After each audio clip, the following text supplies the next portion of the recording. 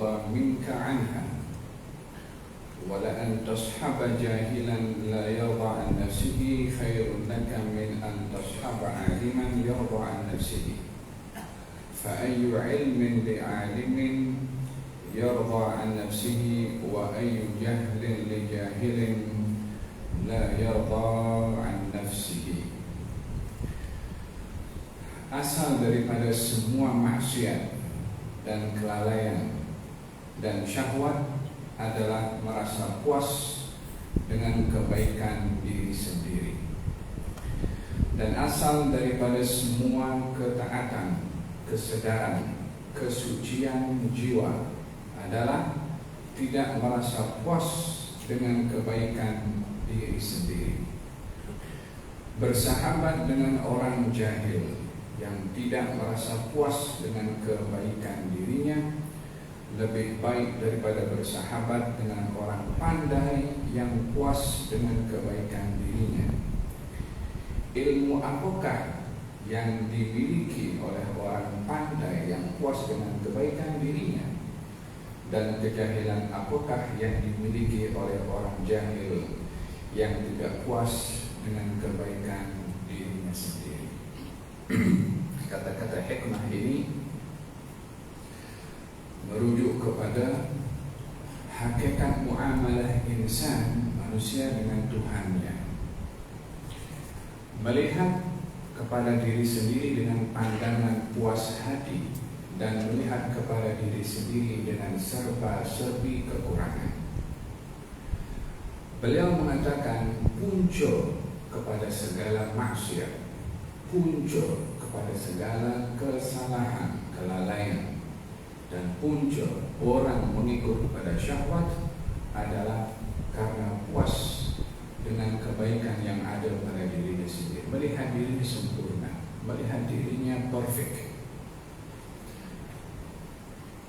Ketika seseorang melihat dirinya itu sempurna, tak ada aib, tak ada kurang, tak ada lemah, merasa serba betul, merasa dirinya lebih baik, maka dalam hal ini akan tertutup daripadanya hakikat yang ada pada manusia, yaitu kelemahan. Hakikat manusia ini dicipta oleh Allah adalah lemah, baik pada fisikalnya atau pada akal pikirannya. Pada fisikalnya Allah berfirman, Allahu khalaqakum dha'fin thumma ja'ala min ba'di dha'fin quwwah thumma ja'ala min ba'di quwwatin dha'fan wa shaybah yakhluqu ma yasha. Allah menciptakan kamu daripada lemah, kemudian daripada lemah kamu jadi kuat, kemudian daripada kuat kamu kembali lemah lagi. So manusia hidup di antara dua kelemahan dan satu kekuatan. Kan masa dan proses manusia itu kanak-kanak lemah kemudian sehat pun merujuk balik pada kelemahan. Tubuh badan lemah, ingatan lemah, jantung lemah, gerakan lemah. Manusia hakikatnya seperti itu. Dalam Al-Quranul Karim Allah Subhanahu wa taala berfirman, "Wa khuluqal insanu dha'ifa." Manusia dicipta oleh Allah lemah. Di saat orang menyadari kelemahannya dirinya, dia akan perlu kepada yang lain yang kuat untuk dirinya merasa kuat dengan yang kuat karena dirinya sedar adalah lemah. Tetapi bila orang merasa dirinya kuat, merasa dirinya sempurna, merasa dirinya tiada kekurangan, di sini akan tertutup daripadanya segala kelemahan yang ada, sehingga dia lalai, sehingga dia alpa, dan sehingga dia tidak menyadari hakikat dirinya sebagai insan. Sebaliknya, bila orang menyadari dirinya lemah, dirinya serba kekurangan, dan tidak merasa puas dengan apa yang ada pada dirinya karena sedar akan kekurangannya, di situ dia akan terselamat daripada kelalaian, akan terselamat daripada ikut kepada syahwat hawa nafsu, dan akan terselamat daripada segala maksiat disebabkan oleh kerana dirinya merasa lemah dan memerlukan kepada yang lain untuk membantu kelemahannya. Di dalam Al-Quranul Karim, Allah Subhanahu wa Ta'ala berfirman, "Wa ma ubarri'u nafsi, inna nafsa la'ammaratun bisu." Aku tidak pernah membebaskan hawa nafsu aku ini daripada kecenderungannya kepada yang tidak baik. Aku tidak merasa selamat dengan kecenderungan hawa nafsu, kerana hawa nafsu selalu mengajak kepada perkara yang tidak baik. Wa ubarri'u nafsi, aku tak pernah bebaskan hawa nafsu aku. Inna nafsa, sesungguhnya hawa nafsu ini la'ammaratun, suka memerintah, bisu, kepada kejahatan.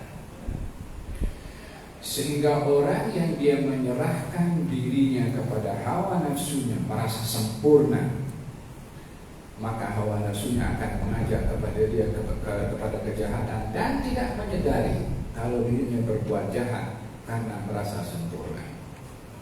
Kata-kata itu ada di dalam Al-Quran, dalam surat Yusuf diungkapkan oleh Nabi Yusuf alaihissalam, atau dalam tafsiran yang lain diungkapkan oleh Imra'atul Aziz atau Zulaikha, yang merasa tidak selamat daripada tipu muslihat hawa nafsu.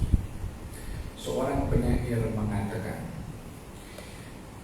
"Wa 'ainur ridha an kulli 'aibin kadidatun, wa 'ainus sukhti tubdil masawiyah." Pandangan suka kepada hawa nafsu ini, kalau semua yang diingini oleh hawa nafsu disenangi, disukai oleh hawa nafsu tak akan tengok kekurangan. Apa sebabnya? Sebab dia dah seronok dengan keinginannya, so dia tak tengok kekurangan yang ada pada dirinya walaupun penuh dengan kekurangan. Termasuk memandang kepada orang lain, kalau dia suka kepada orang itu, tak nampak kekurangan pada orang itu. Apa sebabnya? Pandangan riba, pandangan puas dengan apa yang dia ada. Namun bila seseorang wa'inu sukhti tubdil masawiyah, pandangan murka, pandangan tak suka, tak akan nampak kesempurnaan atau kebaikan pada orang. Dah dasarnya tak suka, maka dia tak akan nampak kebaikan yang ada pada apapun yang dia tak suka kepadanya. Dalam kehidupan kita keseharian, kalau kita tak suka kepada sesuatu, beli barang ke, atau nak beli rumah ke, nak beli apa, kawasannya mesti, kalau dah dasar pertama tak suka, ada saja alasan untuk tidak jadi, walaupun semuanya perfect. Sebaliknya, kalau dah pandangan suka, hatta dipenuhi dengan keaiban, tetap dia suka, dia pun lakukan, juga disebabkan oleh kerana pandangan suka.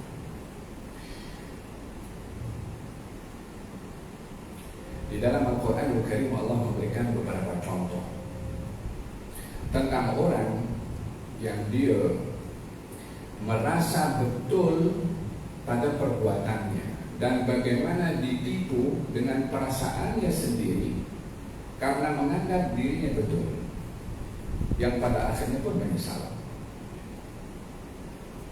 Ketika seseorang merasa betul dan dirinya perfect dan tidak melihat kekurangan pada diri sendiri, maka akan tertutup daripada aibnya dan juga akan merasa perbuatannya betul walaupun jelas salah.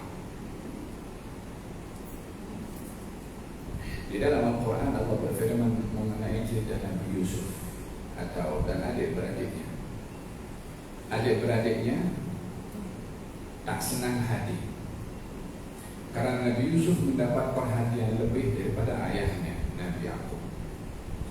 Adik-beradiknya hasad dengki dan ingin melakukan sesuatu perbuatan agar supaya memenuhi hasrat dan keinginan hawa nafsunya yang sedang hasad dengki kepada Nabi Yusuf. Jadi dalam hal ini mereka dengki, mereka tak senang hati. Tapi mereka tak mau dilihat kalau diri mereka ini berbuat satu kesilapan karena keinginan daripada hawa nafsunya, daripada hasad dengki. Mereka merancang. Apa itu perancangannya? Perancangannya daripada A to Z. Bukan untuk melakukan jenayah sahaja, tetapi selepas jenayah itu apa nak dibuat? Katanya kita bunuh jadi satu namanya Yusuf, atau kita campakkan ke dalam perigi. Bila kita sudah berjaya melenyapkan Yusuf, membunuh Yusuf, lepas tu kita bertaubat. Lepas tu kita jadi orang baik. Perancangannya bukan hanya melakukan jenayah, tetapi memperbetulkan sikap melakukan jenayah dan merancang untuk insaf dan bertaubat, yang diyakini dengan insaf dan taubat itu jenayahnya akan terhapus, sementara jenayahnya belum dibuat. Sudah merancang taubatnya daripada jenayah. Apakah yang mendorong mereka untuk berbuat demikian?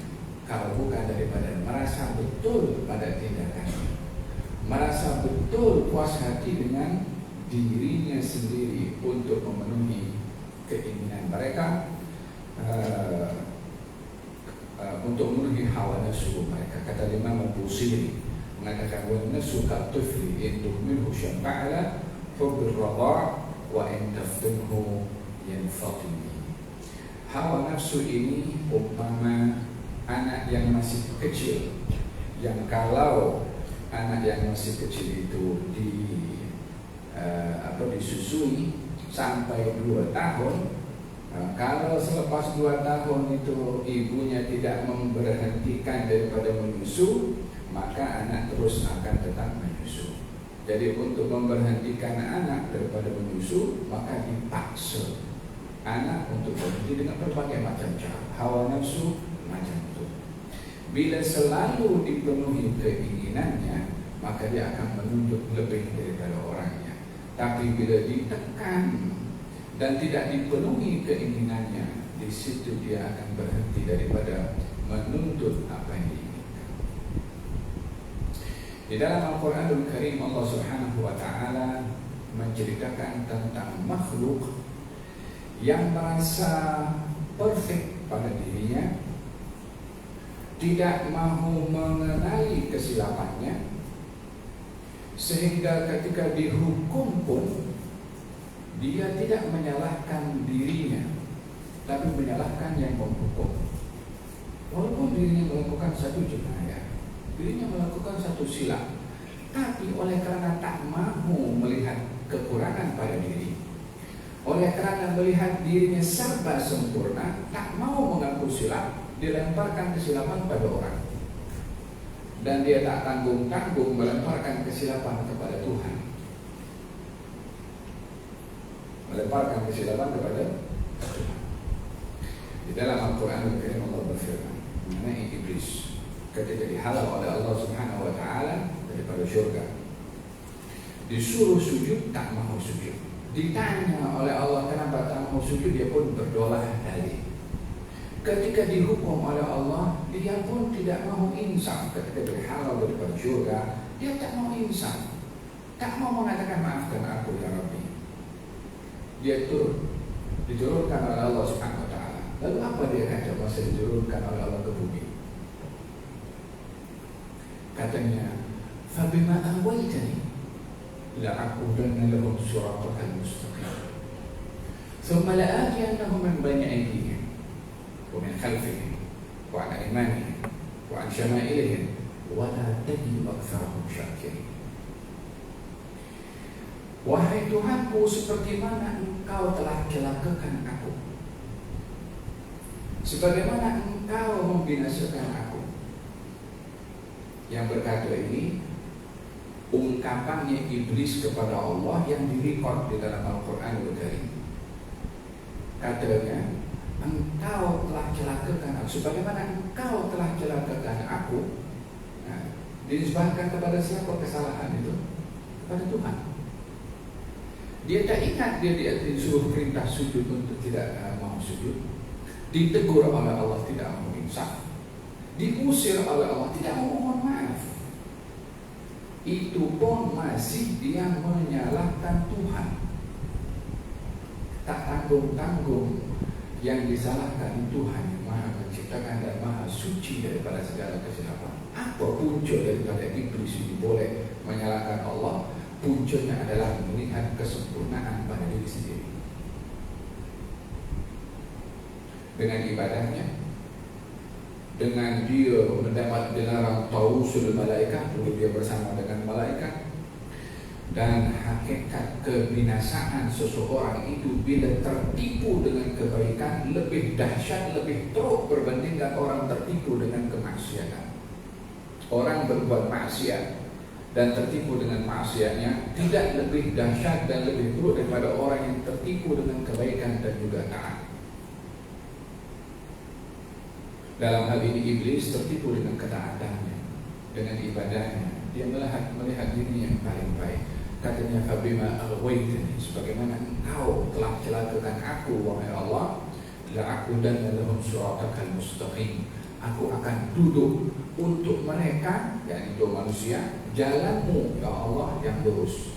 Yakni ini peperangan war antara iblis dengan Allah Subhanahu wa taala. Cuma dia tahu tak akan mampu melawan kepada Tuhan, maka dia melawan Allah dengan menyesatkan hamba-hamba Allah. Manusia ini tak ada buat silap apapun kepada iblis. Ini hanya luahan geram iblis saja. La'aqudanna lahum siratakal mustaqim, aku akan duduk jalanmu yang lurus. Dia kalau bermasalah dengan Allah, selesaikan dengan Allah. Kalau bermasalah dengan Nabi Adam, selesaikan dengan Nabi Adam. Yang dia duduk dendam dengan anak cucu Adam ini pasal apa? Tidak puas hati pada dirinya, melainkan dengan menyesatkan mereka karena dilihat Adam penyebabnya. Maka bukan Adam saja yang dimarah, tetapi duriannya pun juga dimarah oleh iblis. Dahsyatnya orang kalau melihat dirinya betul dan sempurna, dia tak pandang tindakannya itu kepada sesiapapun juga, hanya semata-mata mencari kepuasan pada diri sendiri. Semala'atiyannahum min baini aydihim, aku akan mendatangi ini hamba-hambamu ya Allah daripada hadapan, maksudnya dunia. Wa min khalfihim, dan juga belakang, akhirat. Dunia ditarik, akhirat letak belakang supaya tak nampak, sehingga orang kalau berpikir dunia ditarik oleh iblis, dihiasi, diindahkan. Bila kita kepada akhirat, masih lama lagi akhirat, nanti dulu dijauhkan daripada yang akhirat. Membayaninya menghafir. Wa an aymanihim, aku akan dadanya mereka juga daripada kanan. Maknanya kanan amal yang baik. Iblis pun akan melakukan amal yang menjaga laluan-laluan manusia untuk berbuat amal baik. Maksudnya apa? Iblis itu kalau tak berjaga manusia itu untuk tidak berbuat kebaikan, dia akan usahakan manusia berbuat yang baik dan meninggalkan yang lebih baik. Jadi kalau tak boleh halang manusia berbuat baik, jangan buat yang lebih baik. Yang baik-baik si kita tu, yang lainnya tak payah.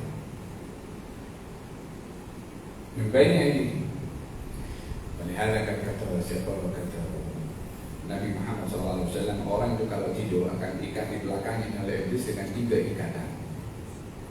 Ikatan yang pertama, kalau dia bangun subuh awal, iblis kata masih lama lagi 1 jam.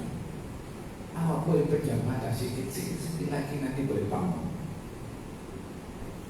Taswif, yang ditunda orang untuk berbuat kebaikan. Kata Nabi, kalau dia bangun dan baca doa, 1 ikatan terbuka. Kalau dia pergi berwudu, 2 ikatan terbuka. Kalau dia sholat 2 rakaat, 3 ikatan terbuka. Dan akan dia semangat dan cerdas. Hadis ini ada memberitahukan bagaimana syaitan itu menjauhkan manusia daripada perbuatan kebaikan. Di antara tipu muslihatnya syaitan adalah tazyin. Tazyin itu menghiaskan. Orang itu akan mudah melakukan maksiat bila merasa ada istihla wal istilzad. Istihla, merasa manis pada maksiat, dan merasa lezat pada maksiat. Merasa manis indah, maksiat itu diindahkan dulu untuk terpikat. Lepas itu istilzad, dilihat nikmat ketika berbuat maksiat. Maka itu tipu muslihatnya iblis untuk mengganggu manusia dalam berbuat kemaksiatan.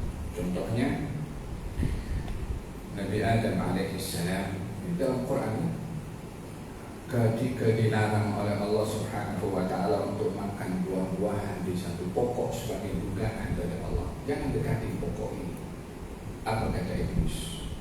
Katanya, wahai Adam, kamu tahu tidak kenapa kamu dilarang makan buah daripada pokok ini? Iblis pun menjawab, dia yang tanya, dia pun yang jawab. Katanya, kalau kamu makan pokok ini, illa an takuna ala haini atau takuna bil khalidi. Kalau kamu makan, kamu akan jadi dua malaikat, Adam dan Hawa. Yang kedua, atau kamu kekal di syurga. Berapa banyak daripada zaman kita sekarang ini orang berbuat maksiat disebabkan oleh karena tazyin, dihiaskan maksiat itu. Buat saja maksiat yang banyak, nanti pergi umrah kita tahu. Buat maksiat yang banyak, kita pergi haji. Dalam haji Allah ampunkan semua dosa. Tazyin syaitan. Dirancang orang untuk berbuat maksiat dan orang diiming-iming, itu maksudnya diberi harapan kamu punya dosa mesti diampunkan. Tazyin. Lebih daripada itu, waqasamahuma inni lakum ala minan nasihin. Wallahi, kata syaitan pun bersumpah dengan nama Allah. Wallahi, aku bersumpah, aku bagi nasihat kepada engkau, kepada Adam dan juga kepada Hawa. Apa dilakukan oleh Nabi Adam? Sofil bal, hatinya bersih, husnul fan. Nabi Adam mendengar ada orang bagi nasihat kepada dia dengan guna nama Allah Subhanahu wa taala. Wallahi juga. Masa itu tak ada makhluk-makhluk yang lain selain daripada Adam dan juga Hawa. Maka Nabi Adam pun ikut juga makan buah-buahan itu yang akhirnya dihukum oleh Allah. Terlepas daripada hukuman yang diberikan oleh Allah kepada Nabi Adam, tapi kejayaan iblis menipu adalah melalui tazyilul amal. Perbuatan maksiat itu dihiasi, dipakaikan pakaian yang indah dan cantik. Kalau kamu makan, kamu jadi malaikat. Kalau kamu makan, kamu akan kekal. Ini kan tipu, tapi dipakaikan kepada pakaian maksiat yang indah ini, jadi menarik perhatian orang. Ada berkenaan dengan bagaimana tipu muslihatnya iblis. Katanya, aku akan datang daripada sebelah kanan kebaikan, aku datang daripada sebelah kiri ighra, yakni hal-hal yang maksiat ini diiklankan selalu, ditasjih, dipaksa, selalu diingatkan oleh syaitan. Ya kan? Orang itu kalau dalam marketing, semakin orang gencar mengiklankan itu semakin menarik perhatian. Iblis pun marketingnya begitu juga. Dia iklan selalu. Lalu hati, was-was, lintasan dalam hati, ingat sini tengok, ini ingat ini. Walhasil segala ruang iblis boleh masuk melalui perasaan dan was-was dalam hati manusia. Di situ iblis akan masuk, dan perlu kita sadari bahwa iblis ataupun syaitan tak punya kuasa mutlak untuk paksa orang berbuat. Tidak ada. Allah juga mensifatkan dalam Al-Quran, inna kaida syaitani kana dha'ifa. Tipu muslihatnya syaitan itu dhaif. Tak ada orang berbuat maksiat karena dipaksa oleh iblis atau oleh syaitan. Orang berbuat maksiat dibisik. Yang berbuat ya dirinya sendiri, bukan dia ditodong oleh iblis untuk berbuat maksiat. Buktinya nanti di akhirat, Allah Subhanahu wa taala berfirman, dialog yang terjadi saling menghujat antara iblis dan pengikutnya. Dalam Al-Quran Allah berfirman, "Falamma qudiya al-amr Bila hari kiamat sudah berlaku, akan dipertemukan satu dengan yang lain untuk saling menuntut satu dengan yang lain. Maka manusia akan menuntut kepada Allah akan kejahatannya iblis yang menyesatkan manusia. Katanya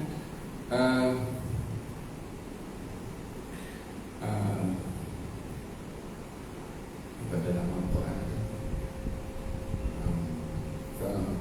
waqala syaitan lamma qudiya al-amru, syaitan berkata ketika hari kiamat sudah terjadi.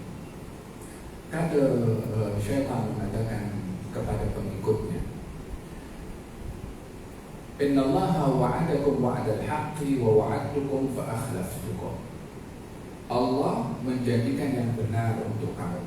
Kalau taat diberi pahala, kalau insaf terima taubatnya.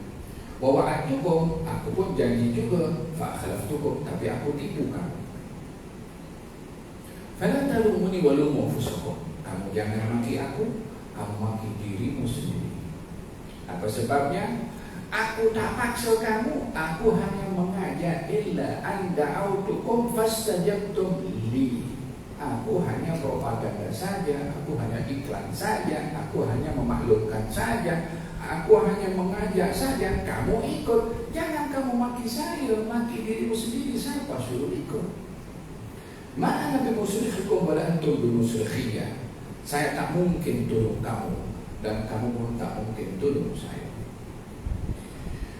Ini pengakuan yang telus. Ya subhanallah, nikmat rahmat Allah. Kata-kata iblis ini yang akan diungkapkan nanti di akhirat, Allah ikut dalam Quran sekarang, supaya kita tahu korban-korbannya iblis akan berkata nanti. Kata-katanya, teksnya itu, skripnya sudah ada dalam Quran, sudah dijelaskan oleh Allah Subhanahu wa Ta'ala. Supaya apa? Supaya tak ada siapa yang menjadi korban kepada iblis, tak ada siapa yang menjadi korban kepada hawa nafsu yang menjadi ruang iblis untuk mengganggu. Anda berkenaan dengan bagaimana tipu muslihatnya iblis. Punculnya daripada apa? Muncul daripada merasa puas hati dengan kebaikan yang ada pada diri sendiri.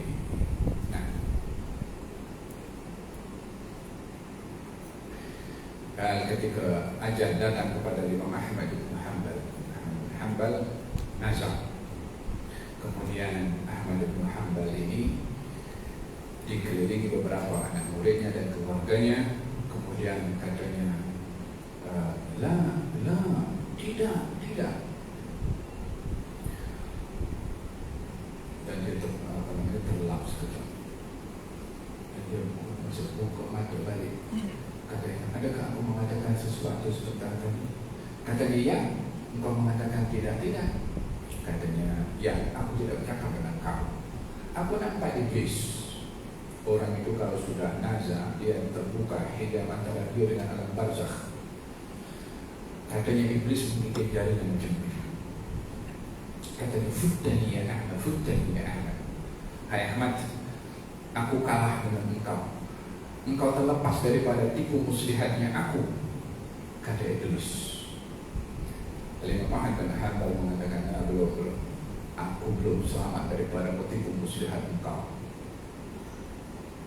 Yani iblis menemukan Imam Ahmad bin Hanbal di akhir hayatnya itu meninggal dunia dalam keadaan dia riya karena berjaya mengalahkan iblis. Imam Ahmad mengatakan, aku belum selamat selagi masih hayat dengan tubuh badan ini masih tubuh, masih nyawa berada di sini, belum selamat daripada tipu muslihatnya iblis. Artinya iblis tidak akan membiarkan manusia untuk diganggu pada hawa nafsunya hatta sampai akhir hayatnya. Hada berkenaan dengan hikmah yang ke-35. Di penghujungnya mengatakan, kamu bersahabat dengan orang jahil yang menyadari kekurangan diri lebih baik daripada bersahabat dengan orang alim, orang pandai yang melihat dirinya sempurna. Karena orang jahil kalau menyadari dirinya itu serba-serbi kekurangan, ia adalah orang yang pandai. Sementara orang jahil, orang pandai, orang alim, kalau tidak menyadari dirinya serba kekurangan, dia adalah orang jahil. Justru sebaliknya, bersahabat dengan orang alim yang merasa puas dengan perbuatan dirinya dan sombong, maka dia bersahabat dengan orang jahil. Dan orang bersahabat dengan orang jahil yang mengenali kekurangan dirinya sendiri, dia adalah orang alim. Moga-moga Allah Subhanahu wa Ta'ala beri kekuatan kepada kita untuk mengawal hawa nafsu ini, untuk taat kepada Allah Subhanahu wa Ta'ala, dan Allah lindungi kita daripada terpedaya, daripada keinginan dan syahwat hawa nafsu, sehingga hawa nafsu ini adalah terdidik, dipelihara, disucikan daripada kecenderungan kepada kemaksiatan, dan dibimbing untuk sentiasa cenderung kepada kebaikan. Allahumma ati nufusana taqwaha wa zakkiha anta khairu man zakkaha anta waliyuha maulaha wa sallallahu alaihi wa sallam Muhammadin wa ala alihi wa sahbihi wa sallam. Alhamdulillah.